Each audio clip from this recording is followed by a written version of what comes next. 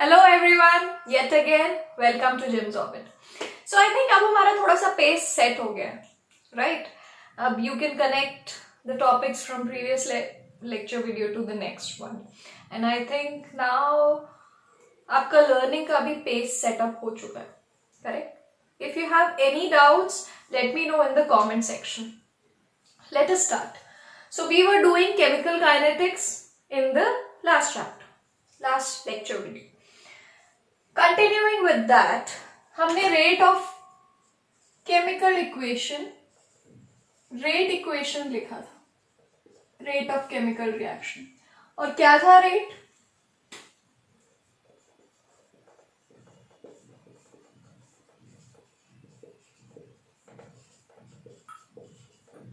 Vy, correct? और हमने यहां पर ये x प्लस वाई को बताया था ऑर्डर ऑफ द रिएक्शन. अब हम इस ऑर्डर की इंपॉर्टेंस पढ़ेंगे. इसकी डेफिनेशन मैं आपको बता चुकी हूं.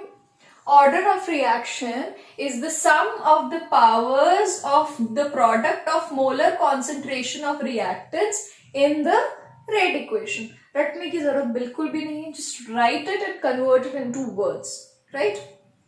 Okay, order of the reaction. अब आपको क्या लग रहा है, ये एक्स और वाई का क्या फर्क पड़ रहा होगा रेट पर? जब ऑर्डर हम स्पेसिफाई कर रहे हैं, इसका मतलब है कि इसकी कुछ इंपॉर्टेंस है, सॉलिड इंपॉर्टेंस है. तो क्या इंपॉर्टेंस है? ये एक्स और वाई जो है ये बता रहे हैं कि कितना सेंसिटिव है रेट इनको चेंज करने पर, या कितना डिपेंडेंट है रेट ऑफ रिएक्शन इनको चेंज करने पर. सपोज आपको इसे एग्जाम्पल से समझ आएगा. हम t इक्वल टू 0 की बात करें तो कॉन्सेंट्रेशन था A. अब हम t इक्वल टू t की बात कर रहे हैं तो कॉन्सेंट्रेशन हो गया A/2. ठीक है. और वैसे यहां पर t इक्वल टू 0 था तो कॉन्सेंट्रेशन था B, और t इक्वल टू t हुआ तो कॉन्सेंट्रेशन हो गया B/2. ठीक है. इसका मतलब है ये कॉन्सेंट्रेशन हाफ हो रहा है. अब अगर मैं यहां पर x 2 ले लूं और y सपोज 1 ले लूं, ठीक है, इसका मतलब ये थर्ड ऑर्डर रिएक्शन है, करेक्ट? सम इसका 3 आ रहा है तो थर्ड ऑर्डर रिएक्शन है. अब क्या हो रहा है, अगर हम इसमें A का कॉन्सेंट्रेशन हाफ कर रहे हैं तो रेट कितना टाइम्स हो रहा है? रेट एक्चुअली 1/4 टाइम्स हो रहा है, करेक्ट? अगर हम A को हाफ कर रहे हैं तो रेट 1/4 हो जा रहा है, क्योंकि ये इसके स्क्वायर पर डिपेंड कर रहा है. अब सो 1/4 हो रहा है. ये इसमें जो फैक्टर अफेक्टिंग है वो 1/4 हो गया. तो ये x और y जो है ये सेंसिटिविटी बताते हैं रेट ऑफ रिएक्शन की. मतलब ऑर्डर ऑफ रिएक्शन सेंसिटिविटी बताता है कि जितना कैसे रेट जो है वो ऑर्डर पर डिपेंडेंट है. क्योंकि कॉन्सेंट्रेशन तो हमें पता है, हर ऑर्डर ऑफ रिएक्शन में कॉन्सेंट्रेशन तो फिक्स हो सकती है, बट ऑर्डर चेंज होने पर रेट कैसे चेंज हो रहा है वो order of the reaction specify कर. ठीक है. तो ये हो गई ऑर्डर की बात. अब एक और टर्म आता है, तो ये जो दूसरा टर्म है ये है मॉलिक्यूलैरिटी ऑफ रिएक्शन. अब ये मॉलिक्यूलैरिटी क्या होती है? ऑर्डर की हमने बात की, तो ऑर्डर किसी भी रिएक्शन के लिए हो सकता है. क्या वो कॉम्प्लेक्स रिएक्शन हो, जैसे हमने SN1 मैकेनिज्म किया, उसमें एक स्टेप था कार्बोकेटायन फॉर्मेशन, फिर दूसरा स्टेप था अटैक. तो ये कॉम्प्लेक्स रिएक्शंस हो गए, मतलब एक से ज्यादा स्टेप इन्वॉल्व है. ठीक है. तो लेकिन इसमें रेट हम किस स्टेप से कंसिडर करेंगे? जो स्लोएस्ट स्टेप होगा. बाकी स्टेप्स जो जल्दी हो रहे हैं हम उसका रेट कंसिडर नहीं करते हैं. जो overall rate of a reaction होता है वो rate of rate determining step होता है, ये आपको पता है. तो ऑर्डर की बात तो हो गई सारे टाइप के रिएक्शंस में. अब एक मॉलिक्यूलैरिटी होती है, और मॉलिक्यूलैरिटी क्या होती है? Total number of reacting species. समझ रहे हैं आप? Total number of reacting species. तो अब यहां पर क्या इन्वॉल्व हो गया? यहां पर वो स्टोइशियोमेट्रिक कोएफिशिएंट्स इन्वॉल्व हो गए बैलेंस्ड केमिकल इक्वेशन की. और ये जो total number of reacting species है ये सिर्फ एलिमेंट्री रिएक्शंस के लिए है.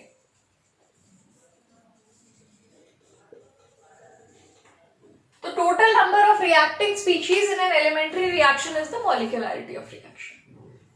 तो अब आप देख रहे हैं, अगर आप बैलेंस्ड केमिकल इक्वेशन लिखते हैं जो सिर्फ एक स्टेप में हो रही है, एलिमेंट्री रिएक्शंस। मतलब ये एलिमेंट्री रिएक्शंस क्या होते हैं? Single step reactions. और more than one step involve हो तो कॉम्प्लेक्स रिएक्शंस। करेक्ट। सो इसमें क्या हो गया, हमने बैलेंस केमिकल इक्वेशन लिख ली, उसमें हमें स्टोइचियोमेट्रिक कोएफिशिएंट्स मिल गए। हम क्या कंसिडर करते हैं? उतने मॉलिक्यूल्स रिएक्ट कर रहे हैं। वैसे तो हम मोल्स में कंसिडर करते हैं, बट अगर आप सिंपलेस्ट मॉलिक्यूल ले लें तो उतने मॉलिक्यूल जितना स्टोइचियोमेट्रिक कोएफिशिएंट है उसके रेशियो में ही रिएक्ट करेगा, तो वो होती है मॉलिक्यूलैरिटी। अब मॉलिक्यूलैरिटी और ऑर्डर कुछ रिएक्शंस में तो सेम हो सकते हैं, बट क्या सारे रिएक्शंस के लिए मॉलिक्यूलैरिटी और ऑर्डर सेम होंगे? नहीं होंगे।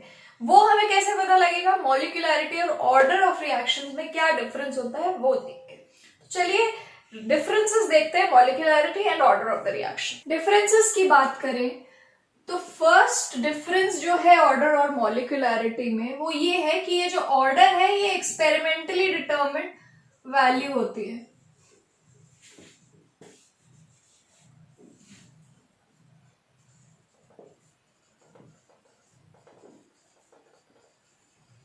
ठीक है, मैंने बताया था आप जज नहीं कर सकते हैं order to a certain extent, इसका मतलब आप ये एक्सपेरिमेंटली ही डिटरमिन कर सकते हैं। और मॉलिक्यूलैरिटी क्या होती है? थ्योरेटिकल वैल्यू होती है। कैसे? आप एक बैलेंस्ड केमिकल इक्वेशन लिखेंगे, उसमें आपको पता लग जाएगा कि कितने मॉलिक्यूल्स किस रिएक्टेंट के लग रहे हैं और उनको कोलाइड होने के लिए एक सिंगल स्टेप में रिएक्शन कैरी आउट करना है, तो वो मॉलिक्यूलैरिटी मिल जाएगी। तो ये हो गया एक डिफरेंस। सेकेंड डिफरेंस की अगर हम बात करें तो ऑर्डर जो है वो 0 हो सकता है, फ्रैक्शन हो सकता है। अगर आप इसको प्रॉपरली वर्ड्स में फ्रेम करें, जैसे आपको एग्जाम में लिखने को आना चाहिए, इट कैन बी 0 और इवन अ फ्रैक्शन। और इंटीजर तो हो ही सकता है। करेक्ट। अब मॉलिक्यूलैरिटी की अगर बात करें और अगर हम 0 मॉलिक्यूलैरिटी लिख लें, मतलब कोई स्पीशीज रिएक्ट कर ही नहीं रही है, कोई रिएक्टेंट ही नहीं है। करेक्ट। तो जब रिएक्टेंट ही नहीं है तो प्रोडक्ट्स कहां से बनेंगे? तो मॉलिक्यूलैरिटी कैन नॉट बी 0 और अ नॉन इंटीजर। इसका मतलब ये इंटीजर, पॉजिटिव इंटीजर ही हो सकता है। ठीक है। एक और डिफरेंस की बात करें, ये जो ऑर्डर है this is applicable to all kinds of reactions.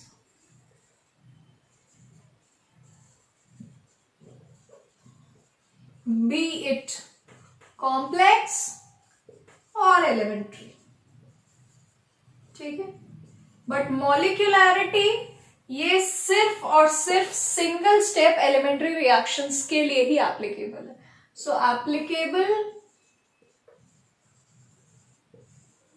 Only for single step और एलिमेंट्री रिएक्शंस।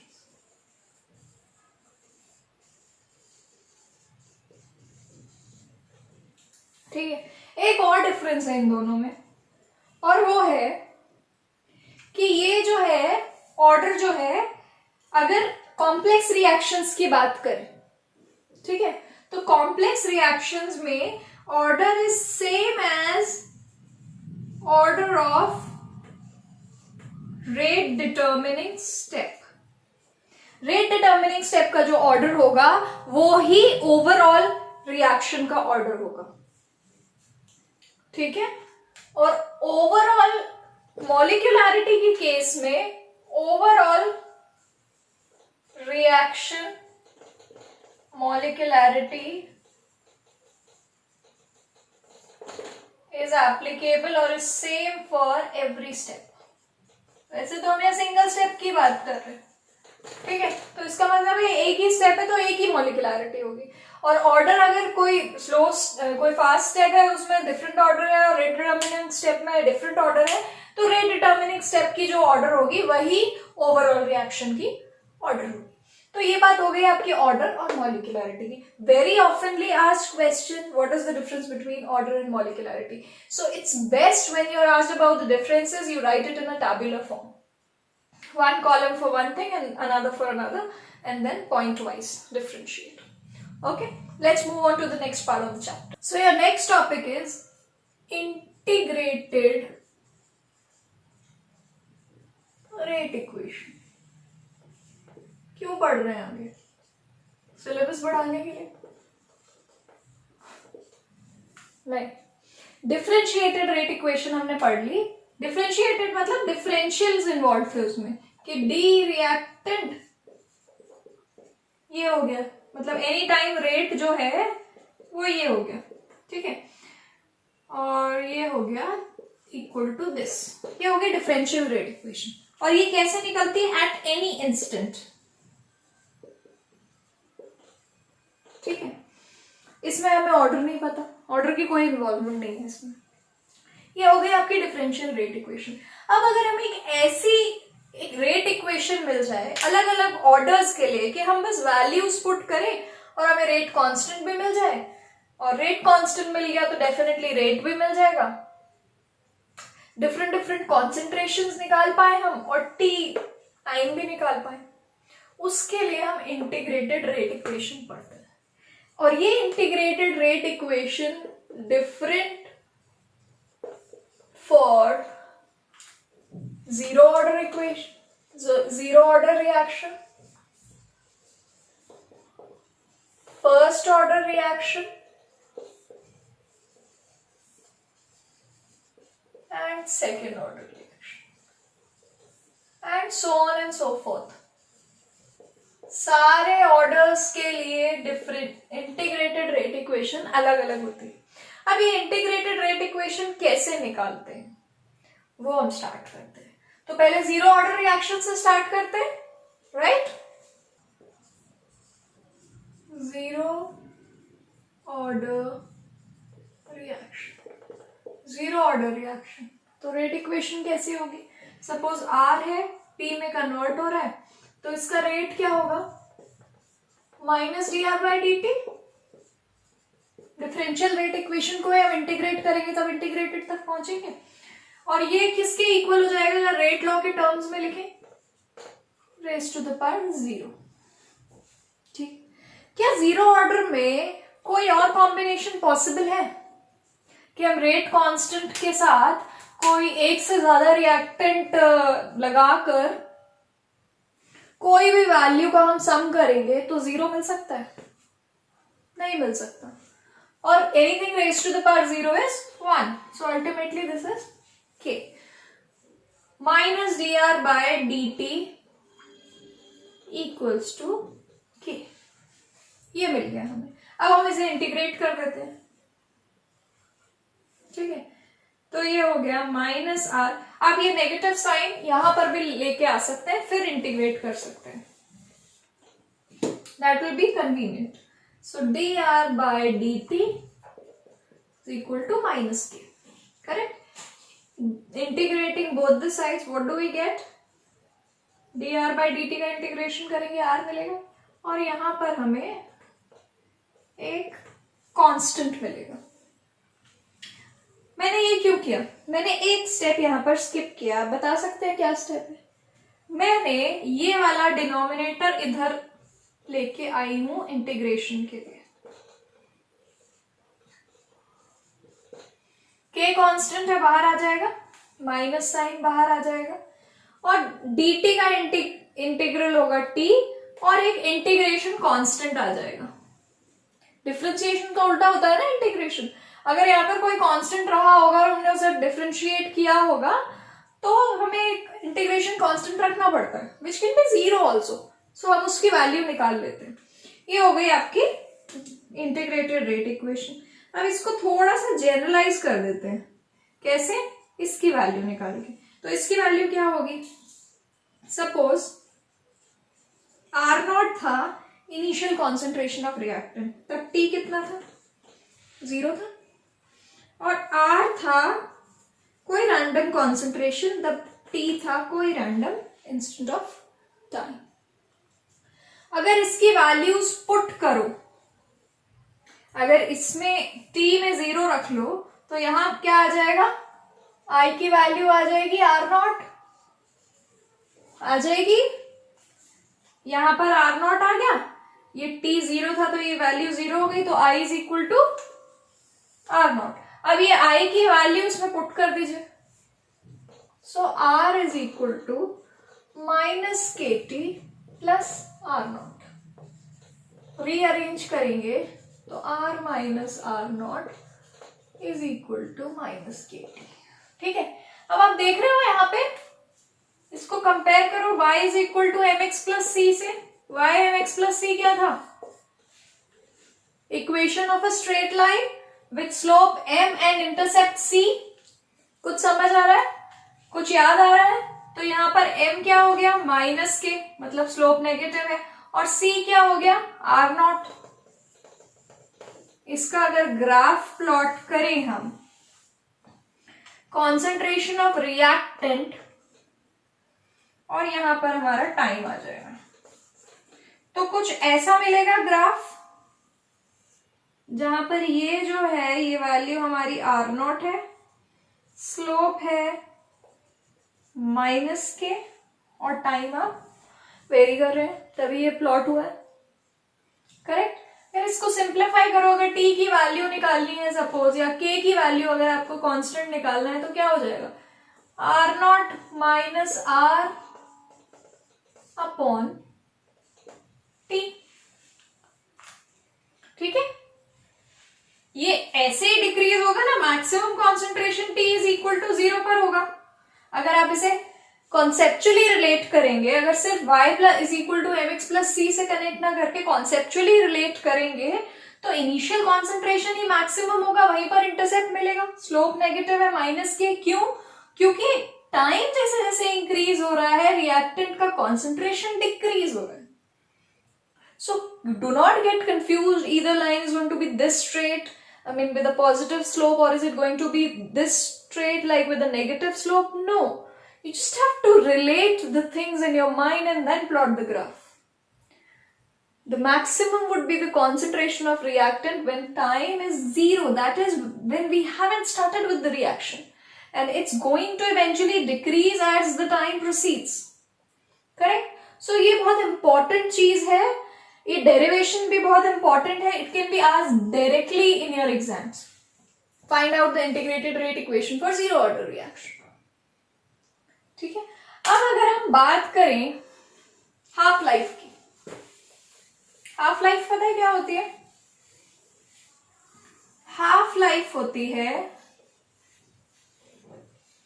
वो टाइम जब reactant of the concentration of the reactant reduces to half of its initial concentration. ठीक है, तो इसका मतलब t is equal to 0 पर R0 था और t is equal to t half, ये हाफ लाइफ है। डेफिनेशन रटने की जरूरत नहीं है, हाफ लाइफ पता लग रहा है। हाफ लाइफ मतलब हमारी हाफ लाइफ क्या हो सकती है, ह्यूमंस की एवरेज जो लॉन्जिविटी है लाइफ की, that is considered to be I think 100 years. So our half life is approximately 50 years, right? So reactant की हाफ लाइफ क्या होगी, जब उसका रिएक्टेंट का कॉन्सेंट्रेशन हाफ हो जाएगा। ठीक है, तो इनिशियल कॉन्सेंट्रेशन R0 था, तो हाफ टाइम पे R0/2 हो गया। इसको पुट कर दीजिए, t हाफ क्या हो जाएगा, R0 माइनस R0/2 और k से डिवाइड हो जाएगा। k आपकी थ्योरेटिकली एक्सपेरिमेंटली डिटर्मिन्ड वैल्यू है, गिवन है तो अच्छा है, अदरवाइज तो ये क्या हो गया R0/2k। ठीक है, सो यहां पर t हाफ हमारा हो गया इनिशियल कॉन्सेंट्रेशन बाय 2k। अगर हमें k की वैल्यू पता है, इनिशियल कॉन्सेंट्रेशन पता है, तो हम हाफ लाइफ इजिली निकाल सकते हैं। और हम क्या इंटरप्रिटेशन ले सकते हैं इस वाले एक्सप्रेशन से, कि ये वाली जो t हाफ लाइफ है, ये हाफ लाइफ है, ये इनवर्सली प्रोपोर्शनल है रेट कांस्टेंट के। Correct? or vice versa. Rate constant can also be what do you say, can also be interpreted as inversely proportional to half life. ठीक है, तो ये अगर आपसे पूछा गया है कि आपको इंटीग्रेटेड रेट इक्वेशन निकालनी है तो आपको यहां तक आना है, and preferably you should plot the graph also. और अगर हाफ लाइफ पूछा है, तो अगर हाफ लाइफ भी पूछा है, सी हाफ लाइफ तक आप तभी अराइव कर सकते हो जब आपको इंटीग्रेटेड रेट इक्वेशन बताओ. तो जनरली अगर आपसे हाफ लाइफ भी डायरेक्टली पूछी गई है, if it is of 5 marks, then you should do the whole derivation, integrated rate equation भी एंड देन हाफ लाइफ. उससे आपके मिस्टेक्स का स्कोप बहुत कम हो जाएगा. फर्स्ट.